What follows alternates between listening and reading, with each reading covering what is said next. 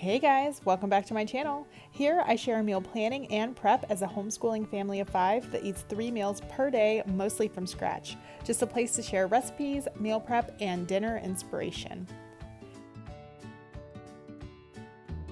Here I am, 8:30 Tuesday morning, starting off a little later than I wanted to. We are experiencing some much needed rain here in Botswana, and with the rain comes sporadic power outages. The power just came back on and I am praying it stays that way. The first thing I want to make this morning is a big batch of pancake muffins. I came across this idea last week when I was scrolling Pinterest. My kids love pancakes and muffins, so I can't see how I can go wrong here. We do a lot of pancake breakfasts from the freezer, so I think this will be a fun way to shake things up. I'm using my favorite homemade pancake batter and I'm making 3 different kinds: bacon, chocolate chip, and blueberry. I'm swirling a little bit of honey into the bacon. These will be great for breakfast on the go and perfect for my daughter's preschool snack. Now I'm going to throw together dinner. Those that have been following me know that I try and plan one crock-pot meal each week. Today I'm making white chicken chili with boneless, skinless chicken breast. This is such a simple recipe. Just throw in some chicken breast, chicken broth, and your favorite salsa. I'm going to set my crock-pot on low till that chicken is shreddable. Moving on to vegetables, my least favorite thing to prep. However, having everything already diced, sliced, and chopped is really going to help things run smoother in the kitchen. I'm putting together another veggie tray for the fridge. This is something I do every week. Having these washed and ready to eat encourages all of us to eat our veggies, and they make such a quick and easy side to any meal. I'm also chopping some tomatoes, onions, jalapeno, and cucumber for pico. I always try to keep some kind of chopped salad on hand for my husband and I. I am also going to chop up an onion and carrot for some savory beef ham pies I plan on prepping later today. Lastly, I am using my kitchen scale to measure out about 2 pounds of cucumber for some bread and butter pickle chips. For this recipe, you're going to need cucumbers, sliced thick, salt, mustard seed, celery seed, turmeric, sugar, vinegar, and water. These pickle chips are a bit of a process, which is why I'm starting off with them early. After slicing, I am going to coat them in a 1/4 cup of salt before transferring them to a colander. These are going to salt for about 2 hours and they are going to release a lot of water during that time, so I'm placing a bowl underneath them.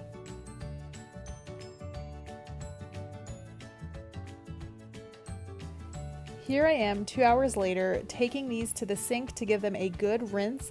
Then I'm going to lay them on a paper towel lined baking sheet to dry.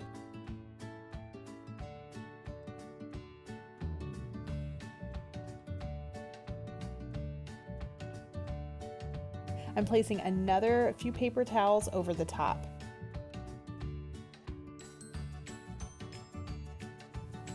Sadly, I didn't get any video of the rest of this process. I'm sorry guys. We are sliding into winter here in Botswana. I guess you could call this fall, which means shorter days, and the lighting in my kitchen is terrible after 4 p.m. You didn't miss much though. To finish these pickles up, you're going to add the remaining ingredients to a pot and bring it to a boil. I like to divide my cucumbers between 2 quart-sized jars, then pour the hot liquid over your cucumbers. I am not properly canning these. This is just a small batch that will be stored in my fridge. These pickles never last long. I make them a couple times a month. Here they are the day after I made them. These jars were equally full. As you can see, my daughter and husband already got into them. Another thing I love to do, and this may not be for everyone, but my husband and I love pickled eggs. Just add boiled eggs to the leftover liquid. These make such a quick, easy, and filling snack. Again, these are not properly canned. These are just going to sit in my fridge until they're gone. Okay, back to Tuesday morning. It is nearly 11 o'clock now.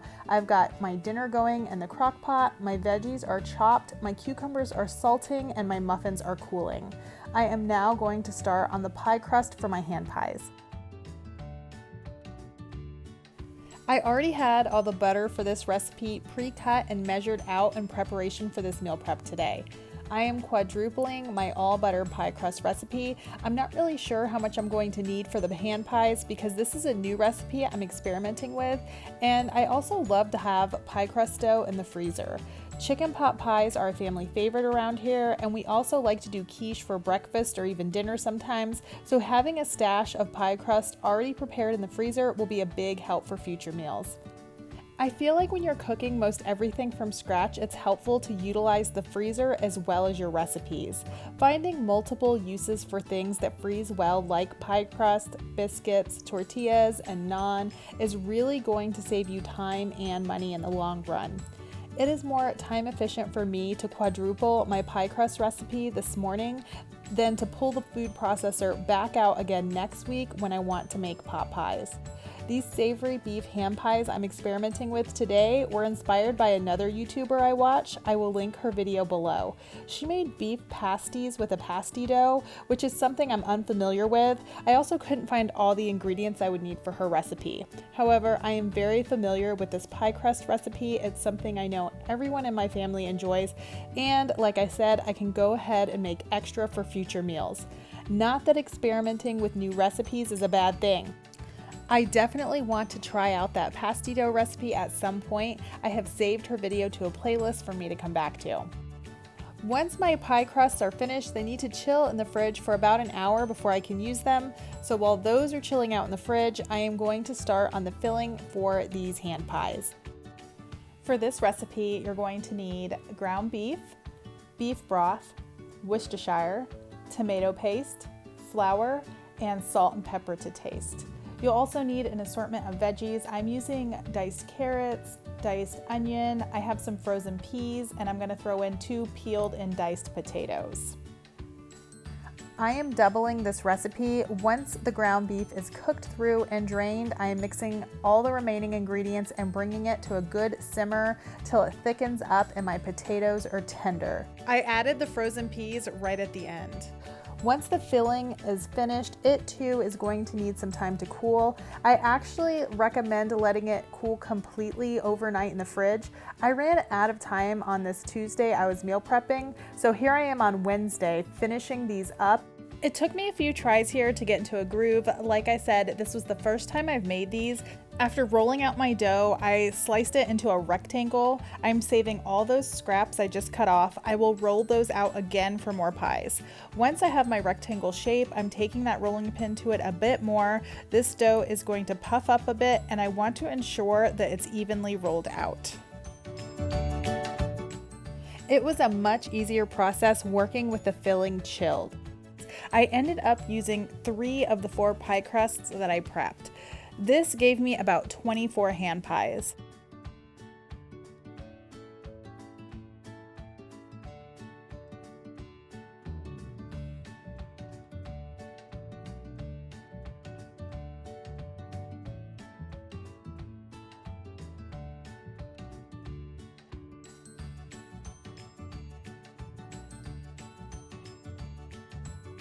I am going to flash freeze these before transferring them to a freezer bag, which means they are going to the freezer just like this, each layer separated by parchment paper.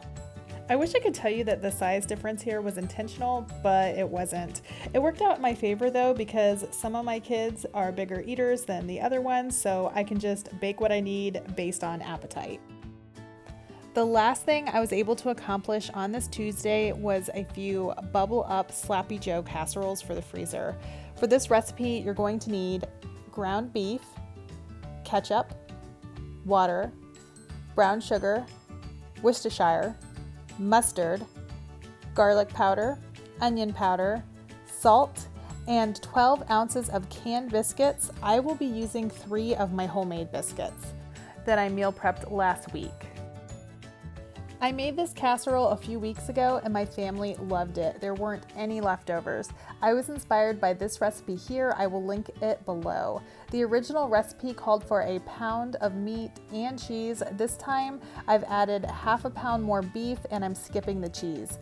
This is such an easy to throw together meal. Once the beef is cooked and drained, add in the remaining ingredients and bring it to a simmer till thickened.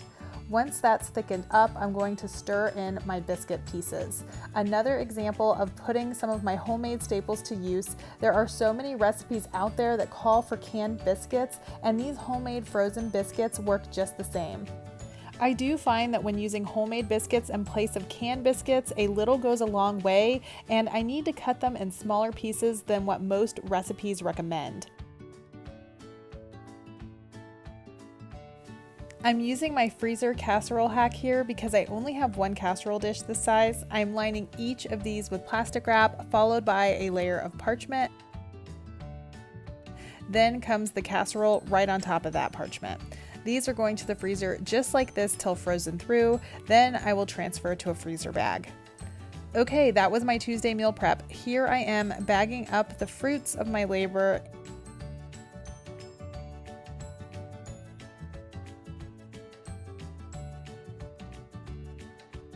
And this is how it all came together on the meal plan. Monday, we were without power most of the day and on into the evening, but I was able to throw together this coconut beans and rice. I love this recipe because it's made with shelf-stable ingredients, perfect for a day without power, and can I just say how thankful I am for a gas-powered stove. Tuesday, we ate that white chicken chili from the Crockpot. Once my chicken was shreddable, I threw in a can of corn and some drained and rinsed cannellini beans. This was topped with sour cream, cheese, chips, and that pico that I prepped. Wednesday, we celebrated a birthday, so we splurged on takeout. Thursday, I made a one-pot penne pasta with cheese sauce. This is super easy to throw together. Just boil your pasta till it's almost done. Reserve a cupful of that pasta water before throwing in some frozen broccoli. Once the broccoli is heated through, drain the pasta and return to the pot. Throw in some butter, Parmesan, mozzarella, a splash of milk, and some of that pasta water. Simmer on low till your sauce has thickened, adding in whatever seasonings you've got. I am using some of my homemade seasoned salt, pepper, and garlic powder. I serve this with blackened chicken breast. Guys, I have been making this chicken every week. It is such a healthy and versatile protein. These are all the ways that we've been eating it.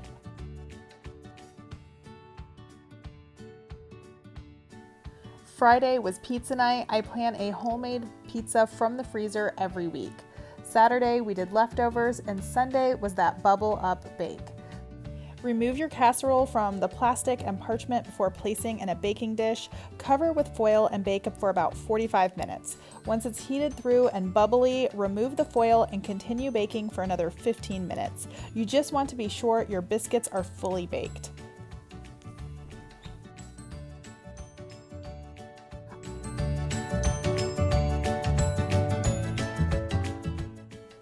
We happen to have some shredded cheese in the house, so those that wanted it got topped with shredded cheese. Our breakfasts are pretty much on autopilot. I always have ingredients on hand for oatmeal, and those pancake muffins were such a hit. I have an entire video dedicated to breakfast here. We did those ham pies for lunch this week, as well as chicken quesadillas with that blackened chicken. I have a full lunch video here. Some things I prepped for snacks this week. I made a couple of brownie mixes for the pantry. For the brownie mix, you're going to need flour, cocoa powder, baking soda, and salt. I like to store this in a jar. And then when it comes time to bake your brownies, you're going to need butter, sugar, and eggs. Mix and sift the flour, cocoa powder, baking soda, and salt together. I am using a funnel to sift this directly into a glass jar. I made a little label secured with tape listing the wet ingredients I'll be needing to bake these. When you're ready to bake your brownies, whisk together your eggs and sugar till creamy, then whisk in that melted butter before stirring in the dry mix. I like to bake these in a bread pan. This makes the perfect amount for our family of 5. We usually have a few left over.